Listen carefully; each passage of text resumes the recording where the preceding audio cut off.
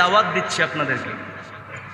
বর্তমান ইয়াং যে ওলামায়ে কেরাম রয়েছেন, বিশেষ করে আমি দেখতে পাইছি আমাদের চট্টগ্রামের জামিয়া আহমদিয়া সুন্নিয়া কামিল মাদ্রাসার সম্মানিত সাবেক অধ্যক্ষ আল্লামা ওসিউর রহমান হুজুর সহ, তারপরে মুফতি আপনার সাইফুল ইসলাম বারি হুজুর, তারপরে সাইফুল ইসলাম আজহারি হুজুর, সাইফুল আজম বাবর আজহারি হুজুর, এরকম করে জহিরুল ইসলাম ফরিদি সাহেব সহ মানে এরকম ইয়াং যারা আছে তারা ঢাকা সোহরাওয়ার্দী উদ্যানে আবারও মৌলুদিন নবী করিম সাল্লাল্লাহু আলাইহি সাল্লামের এই মৌলুদ উপলক্ষে মানে 1500 বছর পূর্তি হয়েছে। আল্লাহ নবী দুনিয়াতে আসছেন কত বছর?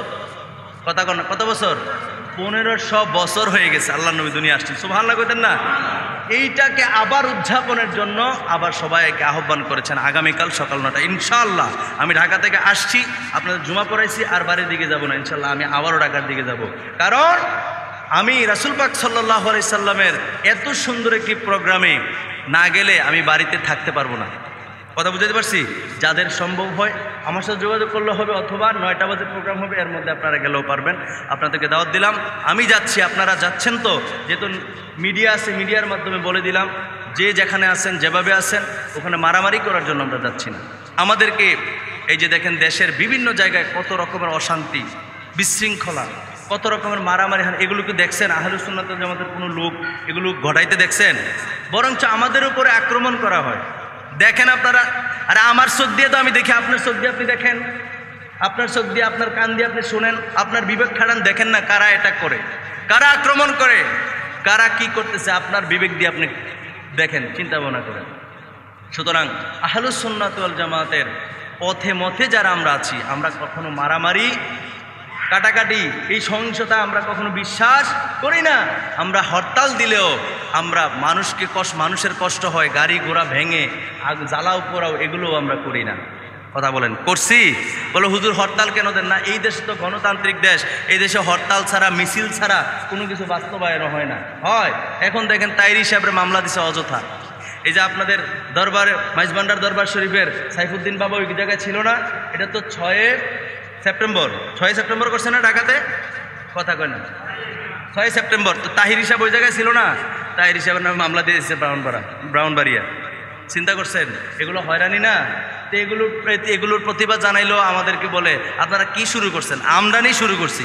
আমার পাও ফাড়া দিয়ে তুমি দাঁড়াই রয়েছো। আমি কইতাম না ভাই তুমি কি দেখলা না নাকি? এটাও কইতাম না আমি।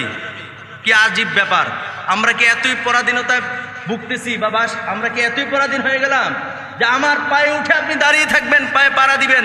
আমি বলতে পারবো না, কিরে ভাই আপনি দেখেন নাই নাকি আমার পায়ে তো পাড়া পড়ে রয়েছে, আপনি পাড়া দিবেন? আর আমি এটা কইতাম না। আজকের দিনে, আজকের জুমার মসজিদেও যেহেতু মিডিয়ার ভাইয়েরা আছে এখানে, আমি এটার প্রতিবাদ জানাচ্ছি, তীব্র নিন্দা জানাচ্ছি। এই সমস্ত হয়রানিমূলক মামলা, এই সমস্ত বাজে কাজ ছেড়ে দেন।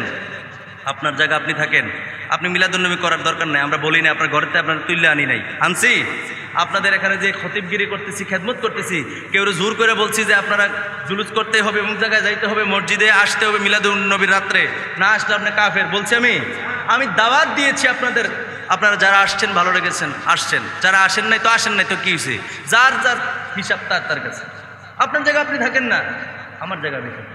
তো বেশি কথা বলছি না, আপনাদেরকে আমি যাচ্ছি, আপনারাও আসেন, যে যেখানে আছেন যেভাবে আছেন রওনা হয়ে যান। আগামীকাল সকাল 9টায় প্রোগ্রাম শুরু হবে।